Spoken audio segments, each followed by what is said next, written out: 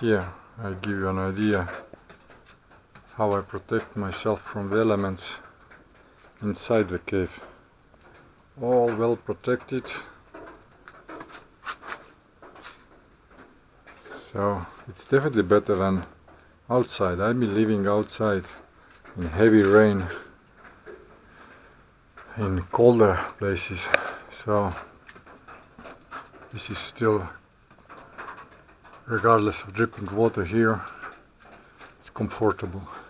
I've been also living places in the buildings where ceilings are dripping water, so cave isn't anything special in that sense.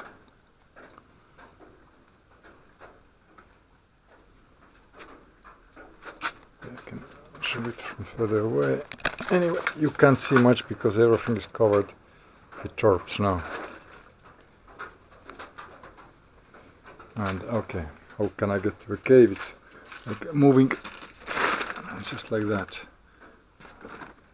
Easy. And outside is beautiful.